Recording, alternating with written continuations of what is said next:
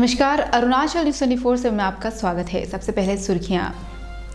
कांग्रेस अध्यक्ष राहुल गांधी आए ईटानगर में और नेशनल पीपल्स पार्टी की कैंडिडेचर लिस्ट कल होगी रिलीज। अब खबरें विस्तार से। इंडियन नेशनल कांग्रेस के अध्यक्ष राहुल गांधी आज कांग्रेस मेगा रैली कार्यक्रम के मौके पर ईटानगर के इंदिरा गांधी पार्क में आम जनताओं को संबोधित किया। इस मौके पर कांग्रेस से जुड़े प्रदेश के कई सारे सदस्यों ने भी कार्यक्रम में भाग लिया। अरुणाचल के साथ दिल का रिश्ता चाहती है। हमें राजनीति है, मगर हम आपसे दिल का रिश्ता चाहते हैं। हम आपके ऊपर, आपकी भाषा के ऊपर, आपकी हिस्ट्री, आपकी कल्चर के ऊपर कभी आक्रमण नहीं करेंगे और कभी आक्रमण नहीं करना चाहते। और जो दिल का रिश्ता हम बनाना चाहते हैं, उसके लिए हम जानते हैं कि अरुणाचल को देश से जोड़ने की जरूरत है। मतलब अरुणाचल को ज्यादा से ज्यादा इंफ्रास्ट्रक्चर, सड़कें, एयरपोर्ट्स, हेलीपैड्स, अस्पताल, कॉलेजेस, यूनिवर्सिटीज, विधानसभा की बिल्डिंग देने की जरूरत है। कि हिंदुस्तान में कई ऐसे प्रदेश हैं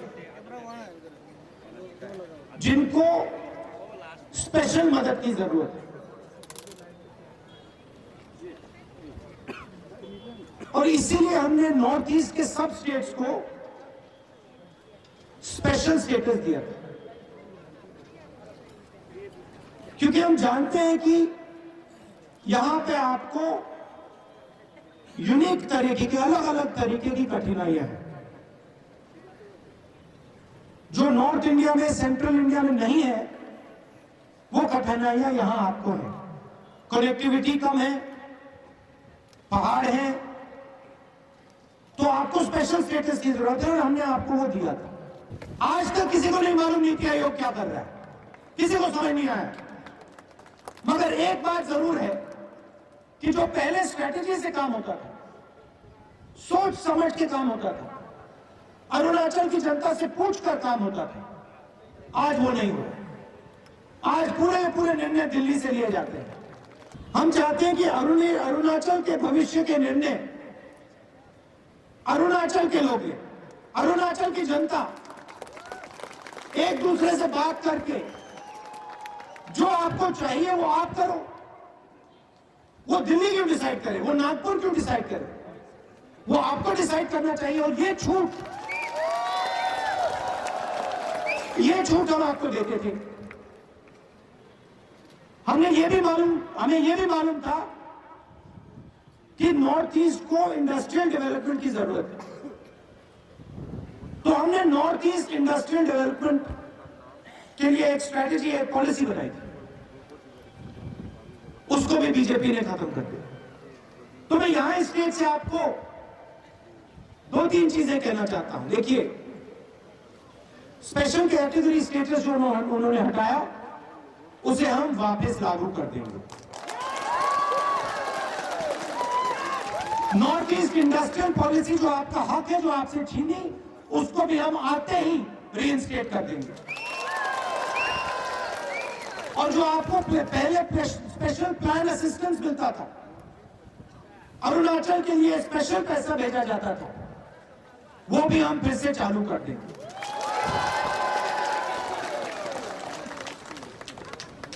फेलेरो जी ने कहा कि बीजेपी के नेता ने कहा कि सिटीजन अमेंडमेंट बिल को हम पूरे नॉर्थ ईस्ट में लागू कर देंगे। इससे बड़ा नॉर्थ ईस्ट के कल्चर पर, नॉर्थ ईस्ट की भाषा पर, नॉर्थ ईस्ट के लोगों पर आक्रमण नहीं हो सकता है। ये आपको कमजोर करने का तरीका है, आपकी जिंदगी नष्ट करने का तरीका है। और मैंने साफ बोल दिया है और हमने राज्यसभा में करके दिखाया। सिटीजन अमेंडमेंट बिल को हम पास नहीं होने देंगे, चाहे कुछ भी हो जाए। नरेंद्र मोदी जी ने कहा था कि वो कांग्रेस मुक्त भारत चाहते हैं। उन्होंने कहा था कि जो कांग्रेस की विचारधारा है और जो कांग्रेस के लोग हैं, जिनके दिल में कांग्रेस की विचारधारा है, उनको वो हिंदुस्तान से मिटाना चाहते हैं। अब देखिए उनके दिल में कितनी नफरत है। हम हिंदुस्तान से किसी को नहीं मिटाना चाहते। जो बीजेपी आरएसएस के लोग हैं उनको भी हम नहीं मिटाना चाहते, मगर हम उनसे यह जरूर कहेंगे कि आपकी विचारधारा है, उससे आप अपनी जिंदगी जियो, उससे आप अपना काम करना चाहते हो आप करो, मगर आपकी विचारधारा आप अरुणाचल प्रदेश पे, मणिपुर पे, बाकी प्रदेशों पे नहीं डाल सकते। हम नहीं डाल देते। मोदी जी आते हैं, जहां भी जाते हैं झूठे वायदे कर जाते हैं। आपसे कहा था 2 करोड़ युवाओं को रोजगार दूंगा। 45 साल से सबसे ज्यादा बेरोजगारी आज हिंदुस्तान में है। छोटे दुकानदारों को, स्मॉल मीडियम बिजनेस वालों को कहा कि हम जीएसटी लाएंगे और आपकी जो जिंदगी है वो आसान हो जाएगी। भाषणों में कहा नरेंद्र मोदी जीएसटी लाएंगे, एक हिंदुस्तान, एक टैक्स, आसान, कम से कम टैक्स। 12 बजे रात को नरेंद्र मोदी जी ड्रामा करके जीएसटी लाते हैं। देश की जनता को पता लगता है जीएसटी का मतलब गब्बर सिंह टैक्स। जो पैसा आपके जेब में था, आपका पैसा, वो भी निकाल के ले गए। कहा था कि भैया हम आपको पैसा देंगे, रोजगार देंगे, और आपके जेब में जो था वो भी उठा के ले गए। 5 अलग अलग टैक्स। आज तक वो तो है, आज तक किसी को नहीं मालूम ये गब्बर सिंह टैक्स क्या है, कैसे भरा जाता है, क्या करना है। तो हमने निर्णय लिया है 2019 में जैसे ही हमारी सरकार बनेगी, गब्बर सिंह टैक्स को हटा के हम आपको जीएसटी दे देंगे। एक जीएसटी, साधारण जीएसटी, कम से कम टैक्स, 5 अलग अलग टैक्स नहीं। यह काम कांग्रेस पार्टी कर सकती है, हम जानते हैं कैसे करा जाता है। उससे पहले पता नहीं क्या होता है, नरेंद्र मोदी जी पता नहीं क्या हो जाता है, उनको दिमाग में पता नहीं क्या टेंशन आ जाती है। 8 बजे रात को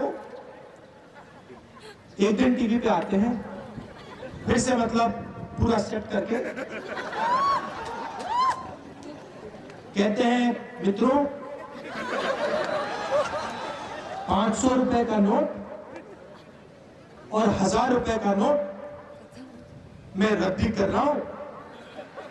500 रुपए का नोट, 1000 रुपए का नोट हिंदुस्तान में नहीं चलेगा।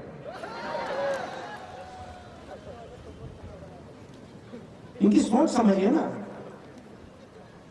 नरेंद्र मोदी जी के लिए विकास का मतलब 500 रुपए का नोट, 1000 रुपए का नोट रद्दी कर दो। आप किसी भी दुनिया में किसी भी इकोनॉमिस्ट से जाकर पूछ लो, इकोनॉमिस्ट छोड़ो, आप अरुणाचल के किसी भी हाई स्कूल में चले जाओ, किसी भी बच्चे से पूछो जो मतलब बेसिक इकोनॉमिक्स समझता हो, और उससे पूछो ये जो नोटबंदी है, 500 रुपए 1000 रुपए का नोट रद्द करने की जो स्ट्रेटेजी है, इसके बारे में आप क्या सोचते हो? 8 साल का बच्चा आपको बताएगा ये तो बिल्कुल बेवकूफी है, इससे बड़ी बेवकूफी नहीं हो सकती। मगर ये बात हमारे प्रधानमंत्री नहीं समझ आती। आपको यहां आके कहते हैं आपकी जमीन आपकी नहीं, हमें चाहिए। हम जमीन अधिग्रहण बिल लाए थे, आदिवासियों की जमीन को प्रोटेक्ट करने के लिए बिल लाए। हर स्टेट में जहां भी बीजेपी की सरकार है, हर स्टेट में उन्होंने इस बिल को खत्म किया है। आपकी जमीन छीनकर उन्हीं 15-20 उद्योगपतियों को देना चाहते हैं। आपको कहते हैं आपके लिए हम सिटीजनशिप बिल लाएंगे, और जो आपका है वो भी आपसे छीनना चाहते हैं, आपको देना नहीं चाहते। हमने आपको इंफ्रास्ट्रक्चर दिया, स्पेशल स्टेटस दिया, स्पेशल इंडस्ट्रियल पॉलिसी दी, जो आपका था हमने कभी नहीं दिया, कभी नहीं लेने वाले हैं। हम आपको देते हैं। आप मुझे बताओ, पिछले यहां 5 साल में अरुणाचल प्रदेश को नरेंद्र मोदी ने क्या दिया, हिंदुस्तान की सरकार ने क्या दिया? आपके युवा जो है, जो इस प्रदेश के भविष्य हैं, बाकी प्रदेशों में आप जाकर नॉर्थ ईस्ट का नाम रोशन करते हो। सब लोग कहते हैं कि नॉर्थ ईस्ट के लोग बहुत बेहतर काम करते हैं, बहुत प्यार से बात करते हैं। पूरे देश में लोग कहते हैं। आप हिंदुस्तान के बाहर जाते हो, आपके युवा बाहर जाते हैं, हिंदुस्तान का नाम पूरे दुनिया में रोशन करते हैं। और यहां नरेंद्र मोदी आपके युवाओं को गोली मारकर शहीद करता है।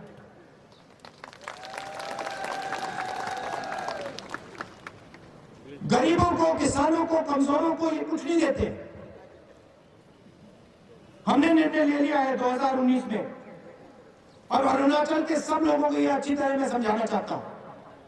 हमने निर्णय ले लिया है कि पूरे देश में, हर प्रदेश में Congress party guaranteed minimum income देने जा रही है। थोड़ा सा मैं आपको समझाना चाहता हूं। गारंटीड मिनिमम इनकम का क्या मतलब है? गारंटीड मिनिमम इनकम का मतलब कि हर हिंदुस्तानी व्यक्ति को कम से कम आमदनी देने की गारंटी हिंदुस्तान की सरकार लेती है। एक लाइन बनाई जाएगी, मिनिमम इनकम गारंटी लाइन।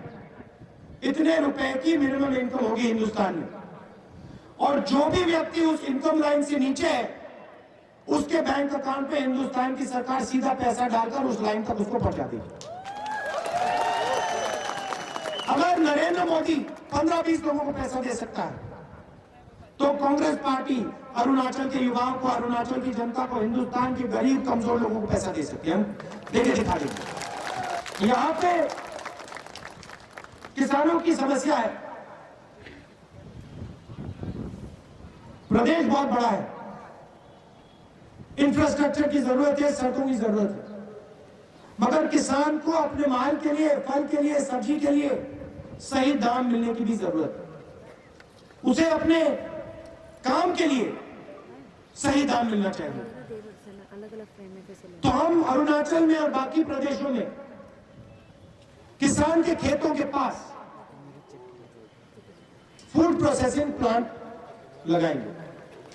अगर आप नारंगी उगाते हो तो ऑरेंज जूस बनाने का प्लांट, टमाटर उगाते हो तो टमाटो केचप का प्लांट, आलू उगाते हो तो पोटैटो चिप्स का प्लांट, सोयाबीन का तेल, कोई सोयाबीन उगाता है तो फिर सोयाबीन के तेल का प्लांट। बिल्कुल खेत के पास हम food processing plant, food processing का कारखाना लगाना चाहते हैं कि आपके किसान डायरेक्ट अपना फल, अपनी सब्जियां फैक्ट्री में जाके बेचे और उनको सही दाम मिले। तो ये हमारी सोच है। मगर मेरा मेन मैसेज आपको ये है कि अरुणाचल को दबाकर, अरुणाचल के कल्चर को, हिस्ट्री को, भाषा को कुचलकर किसी का यहां फायदा नहीं होगा। एक व्यक्ति को दूसरे व्यक्ति से लड़ाकर, नफरत फैलाकर देश में कोई फायदा नहीं होने वाला, कोई प्रगति नहीं होने वाली।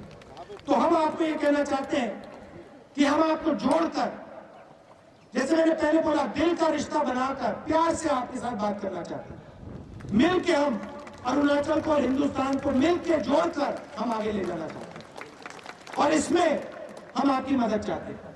हम आपसे रिश्ता चाहते हैं। मैं आपको आश्वासन देना चाहता हूं कि मेरा जो दरवाजा है, और आज की बात नहीं, आज की बात नहीं, मेरी पूरी जिंदगी की बात है, मेरा दरवाजा आपके लिए खुला मिलेगा। आप आ जाओ मेरे पास, बड़ी समस्या हो, छोटी समस्या हो, आप मेरे पास आ जाओ। आप मुझे कहो राहुल हमें ये आपसे चाहिए, जो भी मैं कर पाऊंगा पूरा दम लगा के मैं आपके लिए कर दूंगा। जैसे आप आए हमारे पास और आपने कहा कि सिटीजन अमेंडमेंट बिल से हमारा नुकसान होगा, हमारे कल्चर को झटका पड़ेगा और हम ये नहीं चाहते। और जैसे ही आपने हमें कहा, जैसे ही मैंने सुना, मैंने कांग्रेस पार्टी को कह दिया कि इस बिल को राज्यसभा में खत्म करो, और हमने वो काम करके दिखा दिया। और मैं आपको कह रहा हूं, फिर से दोहरा रहा हूं कि सिटीजन अमेंडमेंट बिल को कांग्रेस पार्टी पास नहीं होने देगी। नॉर्थ ईस्ट पर ये हम चोट नहीं लगने देंगे। आगामी चुनाव के लिए नेशनल पीपल्स पार्टी की कैंडिडेचर लिस्ट 20 मार्च को घोषित किए जाएंगे। एनपीपी के वक्ता मुचुमिती ने एक प्रेस कॉन्फ्रेंस के दौरान मीडिया कर्मियों को संबोधित करते हुए ये सूचित किया और ये भी जानकारी दी कि कई पूर्व नेता एवं विधायक भी एनपीपी में शामिल हो रहे हैं। नेशनल पीपल्स पार्टी का आइडियोलॉजी अपना है, आइडेंटिटी अपना है। We would like to make it very clear कि नेशनल पीपल्स पार्टी ना किसी हमारे भाजपा जनता पार्टी का ना बी टीम है, ना कांग्रेस पार्टी का बी टीम है। हम किसी का भी बी टीम नहीं है। We are going ahead with our own agenda. हम किसी के भी खिलाफ में नहीं है। हम भाजपा सरकार के भी खिलाफ में नहीं है और अन्य किसी पार्टी के भी खिलाफ नहीं है। वी आर ओनली एसेप्टिंग हमारे अपने आइडेंटिटी, अपने वैल्यूज़ है, हमारे जो नॉर्थ ईस्ट कल्चर है उनको लेके, उनको हमारे लोगों को उनके एस्पिरेशन को लेके हम आगे बढ़ रहे हैं।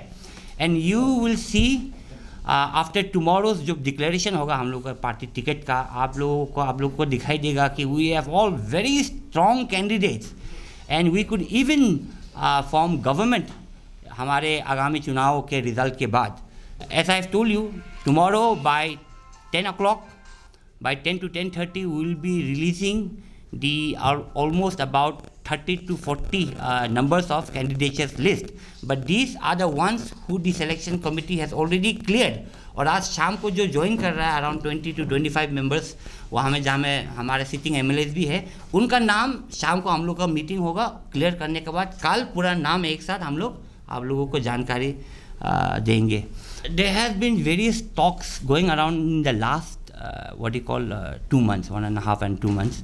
So NPP doesn't want to put up candidates just for the for the case of sake of putting up candidates. So we are looking at the viability of it. हमारे जो आए हुए हैं legislators plus new members जो join किए हैं, उनका देख के, उनका strength देख के, whether we have a fighting chance or not. If we don't have a fighting chance, we will not put up any candidate. But if we have, it will be decided in the next 1 or 2 days only. आज की खबरों में बस इतना ही और खबरों के लिए बने रहिए अरुणाचल न्यूज़ 24/7 के साथ। नमस्कार।